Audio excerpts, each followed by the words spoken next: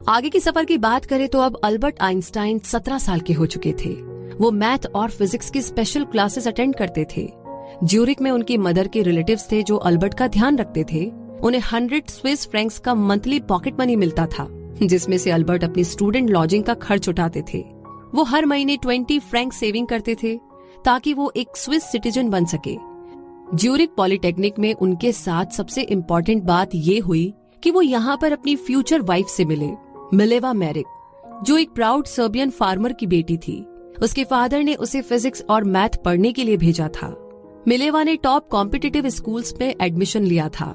21 साल की उम्र तक मिलेवा ने ज्यूरिक पॉलिटेक्निक से पढ़ाई की। आइंस्टाइन की क्लास में वो अकेली लड़की थी। साथ पढ़ते हुए अल्बर्ट और मिलेवा को एक दूसरे से प्यार हो गया। दोनों ने एक दूसरे को कई सारे लेटर्स लिखे। इन लेटर्स में दोनों साइंस और एक दूसरे के लिए अपने प्यार का इजहार करते थे। दोनों साथ मिलकर के किताबें पढ़ते और लेक्चर डिस्कस करते थे। हालांकि अल्बर्ट की माँ को मिलेवा पसंद नहीं आई। वो स्मार्ट तो थी लेकिन बाकी लड़कियों जैसी कॉमन नहीं थी। लेकिन अल्बर्ट मिलेवा को दिलो जान से चाहते थे। वो उसे प्यार से डॉली और माई वाइल्ड लिटिल रास्कल बोलते थे। मिलेवा ने भी उनका एक निकनेम रखा था, जॉनी, और वो उन्हें माई विकेड लिटिल स्वीट हार्ट बोलती थी। 1890 में आइंस्टाइन की ग्रेजुएशन कंप्लीट हुई। हालांकि वो अपने टीचर्स के फेवरेट स्टूडेंट नहीं थे, फिर भी उन्हें टॉप मार्क्स मिले थे। लेकिन लो ग्रेड की वजह से मिलेवा पास नहीं कर पाई थी। लेकिन उसने प्रॉमिस किया कि वो आगे पढ़ाई कंटिन्यू रखेगी। तो फिर आगे ग्रेजुएशन के 2 साल बाद अल्बर्ट जॉब की तलाश में जुट गए। ज्यूरिक पॉलिटेक्निक में उनके प्रोफेसर ने उन्हें अपना असिस्टेंट बनाने से मना कर दिया था। अल्बर्ट कितने जीनियस है ये तो वो जानते थे, लेकिन उनके रिबेलियस बिहेवियर को वो भूले नहीं थे। और अपनी इसी आदत के चलते अल्बर्ट को इंस्टीट्यूशन में जॉब नहीं मिल पाई। अल्बर्ट ने सोचा जब तक जॉब नहीं मिलती है तो कुछ और कर लेते हैं, इसीलिए वो ट्यूशन पढ़ाने लगे और फाइनली उन्हें अपनी स्विस सिटीजनशिप भी मिल गई थी। और अब आगे 1901 के समर के दिनों में मिलेवा और आइंस्टाइन ने कोमो विलेज में एक रोमांटिक वेकेशन लिया। वहाँ घूमने के लिए खूबसूरत मेंशंस थे और वो लोग पहाड़ों में हाइकिंग के लिए भी गए। इस वेकेशन के दौरान मिलेवा प्रेग्नेंट हो गई थी। मिलेवा को लिखे अपने लेटर्स में वो हमेशा यही प्रॉमिस करते थे कि वो जल्दी ही कोई अच्छी जॉब ढूंढ लेंगे ताकि वो शादी करके घर बसा सके। लेकिन आइंस्टाइन को एक परमानेंट जॉब ढूंढने में काफी टाइम लग गया था। इसी बीच मिलेवा ने दोबारा से ग्रेजुएशन के एग्जाम दिए, मगर इस बार भी वो फेल हो गई थी। वो अपने पेरेंट्स के पास वापस नोवी सेट चली आई। अपने पेरेंट्स के घर पर मिलेवा ने एक बेटी को जन्म दिया जिसका नाम उसने लिएसेल रखा। अल्बर्ट अभी भी उसे लेटर्स भेजते थे, लेकिन वो उससे मिलने कभी नोवी सेट नहीं गए। बाद में लिएसेल के साथ क्या हुआ ये आज भी एक मिस्ट्री है। ऐसा कहा जाता है कि उसे मिलेवा की बेस्ट फ्रेंड ने गोद ले लिया था, लेकिन ये भी माना जाता है कि 3 साल की उम्र में स्कारलेट फीवर से उसकी डेथ हो गई थी। मिलेवा अकेली ही ज्यूरिक लौट आई। 1903 में अल्बर्ट और मिलेवा ने शादी कर ली। उन्होंने अपने 2 फ्रेंड्स की विटनेस में कोर्ट मैरिज की थी और 1904 में हैंस अल्बर्ट आइंस्टाइन का जन्म हुआ। मिलेवा और अल्बर्ट का पहला बेटा जिसने उनके रिश्ते में फिर से खुशियां लौटा दी थी। 1910 में उनका दूसरा बेटा एडवर्ड पैदा हुआ। एडवर्ड के होने के कुछ टाइम बाद ही अल्बर्ट और मिलेवा का डिवोर्स हो गया। हैंस अल्बर्ट बड़ा होकर के इंजीनियर बना, जबकि अल्बर्ट के छोटे बेटे एडवर्ड को एक्सट्रीम मेंटल इलनेस की प्रॉब्लम थी। वो अपनी सारी उम्र मेंटल हॉस्पिटल में रहा। और आगे बात करें आइंस्टाइन की जिंदगी में मिरेकल्स की, तो the miracle year, quanta and molecules, ये बात है 1905 की। किसी ने आइंस्टाइन को कहा कि उनकी 3rd क्लास पेटेंट क्लर्क की जॉब बहुत बोरिंग है।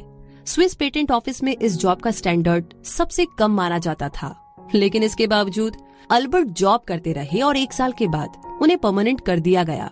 शायद उनकी इसी स्लो गोइंग जॉब की वजह से उन्हें चीजों के बारे में और गहराई से सोचने का टाइम मिल जाता था। तो कुल मिलाकर के 1905 ये साल आइंस्टाइन के लिए काफी प्रोडक्टिव साल रहा। कई डेकेड्स तक लोग यही मानते रहे कि सर आइजैक न्यूटन का क्लासिक फिजिक्स साइंस की दुनिया की अल्टीमेट सच है। पेड़ से गिरते सेब से लेकर मून की ऑर्बिटिंग तक हर चीज का reason law of force, mass, motion और ग्रेविटी को माना जाता था। न्यूटन के हिसाब से हर चीज के होने की एक वजह है जिसे एक्सप्लेन किया जा सकता है। 1905 में आइंस्टाइन ने अपने दोस्त कॉनराड हबिच को 5 पेपर लिखे, लेकिन उन्हें क्या मालूम था कि उनके ये लेटर्स साइंस की दुनिया ही चेंज कर देंगे। इस टाइम क्वांटा और रिलेटिविटी के उनके आइडियाज पर बहुत से सवाल उठाए गए। इसी वजह से आइंस्टाइन ने मॉलिक्यूल साइज पर लिखे अपने पेपर्स को अपनी डॉक्टरेट थीसिस के लिए चूज किया। हबिट्स को भेजा उनका first paper property of light पर था। इस पेपर में उन्होंने लिखा कि लाइट एक वेव और स्ट्रीम ऑफ पार्टिकल दोनों तरह से एक्ट कर सकती है और इन छोटे छोटे पार्टिकल्स को क्वांटा बोलते हैं। उनका दूसरा पेपर मॉलिक्यूल्स के साइज पर था। आइंस्टाइन ने डिस्कवरी की थी कि इक्वल वॉल्यूम की गैस को अगर थोड़े टेम्परेचर और प्रेशर के साथ सेट किया जाए तो हम उसके अंदर के मॉलिक्यूल्स का पता लगा सकते हैं। और आइंस्टाइन पहले साइंटिस्ट थे जिन्होंने लिक्विड के मॉलिक्यूल्स के बारे में थ्योरी डिस्कवर की। एक कप में अगर खूब सारी चीनी घोली जाए तो वो शुगर सिरप बन जाएगा और उसमें आप और चीनी नहीं घोल सकते। आइंस्टाइन को यहीं से आइडिया आया और उन्होंने लिक्विड मॉलिक्यूल्स का इक्वेशन निकाला। उनका थर्ड पेपर ब्रोनियन मोशन के बारे में था। अगर किसी लिक्विड को माइक्रोस्कोप के नीचे रखेंगे तो हमें उसमें बहुत छोटे छोटे पार्टिकल्स हिलते डुलते दिखाई देंगे जिन्हें मॉलिक्यूल्स बोलते हैं। आइंस्टाइन ने एक्सप्लेन किया कि ये नन्हे पार्टिकल्स आपस में टकराने की वजह से लगातार हिलते रहते। तो इन्हीं सारे कॉन्सेप्ट के साथ आगे साल के एंड में आइंस्टाइन ने कॉनराड हबिट्स को 2 और पेपर लिखे। फोर्थ पेपर स्पेशल रिलेटिविटी के बारे में था और फिफ्थ पेपर आइंस्टाइन के फेमस इक्वेशन E=mc² के बारे में था। रिलेटिविटी का बेसिक कॉन्सेप्ट 1632 यानी कि 1632 में गैलीलियो के आइडिया से आया था, क्योंकि गैलीलियो ने कोपरनिकस के आइडिया को सपोर्ट किया था। पहले के साइंटिस्ट सोचते थे कि अर्थ यूनिवर्स के सेंटर में है और बाकी के प्लैनेट्स इसके चारों तरफ घूमते हैं। साइंटिस्ट ये बहस करते थे, आर्ग्यू करते थे कि अगर धरती वाकई में घूम रही है जैसा कि कोपरनिकस ने कहा था तो हमें क्यों नहीं पता चलता। और यहीं पर गैलीलियो और उसकी रिलेटिविटी का कॉन्सेप्ट काम आता है। हम अर्थ की मूवमेंट इसीलिए नहीं फील कर पाते क्योंकि ये लगातार घूमती है, बिल्कुल ऐसे ही जैसे हम किसी स्मूथ सेलिंग शिप में ट्रैवल करते हैं और हमें पता ही नहीं चलता कि शिप चल रहा है, राइट। तो गैलीलियो ने कहा था कि जब आप कैबिन के अंदर जाते हो तो आपको शिप की स्लो मूवमेंट फील नहीं होती। आप बिल्कुल अपने घर जैसा फील करते हैं। आपको पता है कि शिप चल रहा है लेकिन फील नहीं कर पाते। चाहे तो आप कैबिन में कोई आवर ग्लास रख लो या फिश बाउल। गोल्डफिश अपने बाउल में आराम से स्विम करती रहेगी और आवर ग्लास का सैंड स्लो मोशन में गिरता रहेगा। इसीलिए जब कोई चीज लगातार मूव करती है तो वो एक तरह से रेस्ट मोड में होती है। तो इस तरीके से हम ये नहीं बोल सकते कि कौन सी ऑब्जेक्ट मूव कर रही है, क्योंकि दोनों एक दूसरे के अगेंस्ट मूव कर रही है। आइंस्टाइन ने रिलेटिविटी की स्पेशल थ्योरी डिस्कवर की थी और ये थ्योरी इसलिए स्पेशल थी क्योंकि ये थ्योरी सिर्फ कांस्टेंट मूविंग ऑब्जेक्ट्स पर ही अप्लाई होती है। इसीलिए आइंस्टाइन ने इसे समझाने के लिए एक मूविंग ट्रेन का एग्जाम्पल दिया। मान लीजिए कि आप किसी ट्रेन के प्लेटफॉर्म पर खड़े हैं। ट्रेन जब चलती है तो आपको उसके अंदर बैठे पैसेंजर्स मूव करते दिखाई देते हैं, लेकिन उन पैसेंजर्स को आप और प्लेटफॉर्म की बाकी चीजें पीछे की तरफ मूव करती दिखती है। अब सोचिए कि आप अभी तक प्लेटफॉर्म पर खड़े हैं, आप दोनों पॉइंट्स के सेंटर में हैं, पॉइंट ए और पॉइंट बी। तभी दोनों पॉइंट पर लाइटनिंग स्ट्राइक करती है। अब क्योंकि आप दोनों पॉइंट्स के एग्जैक्ट बीच में खड़े हैं तो आपको वो लाइटनिंग दोनों पॉइंट्स पर एग्जैक्ट सेम टाइम पर स्ट्राइक करती हुई नजर आएगी। लेकिन पॉइंट ए के पास वाली ट्रेन में जो पैसेंजर होगा उसे पॉइंट ए पर पॉइंट बी से पहले लाइटनिंग गिरती नजर आएगी।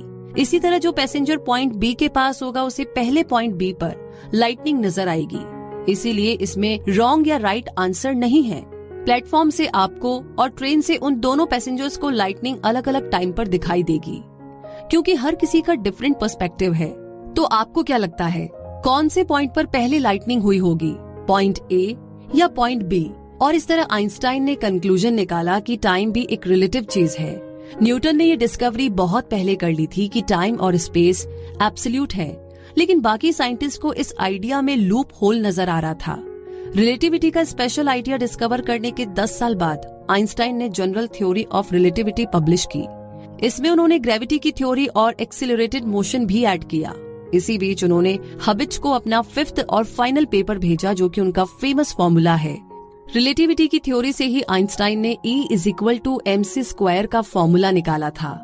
किसी ऑब्जेक्ट की एनर्जी उसके मास के इक्वल होती है, जिसे square of speed of light से मल्टीप्लाई किया जाता है। स्पीड ऑफ लाइट अपने आप में एक बड़ा नंबर होता है, इसीलिए अगर आपके पास एक किशमिश के दाने जितना एनर्जी सोर्स है तो उसमें न्यूयॉर्क की एक दिन की इलेक्ट्रिसिटी नीड पूरी की जा सकती है। लेकिन आइंस्टाइन को ये नहीं पता था कि फ्यूचर में उनके इस फॉर्मूले से एटम बॉम्ब बनेगा। एटॉमिक बॉम्ब वर्ल्ड वॉर 2 में यूज हुए थे, जिसने नागासाकी और हिरोशिमा को पूरी तरह बर्बाद कर दिया था। ये एटॉमिक बॉम्ब इतने डेडली थे कि महीनों बाद भी इसकी लाइट रेडिएशन से ही हजारों लोग मारे गए थे।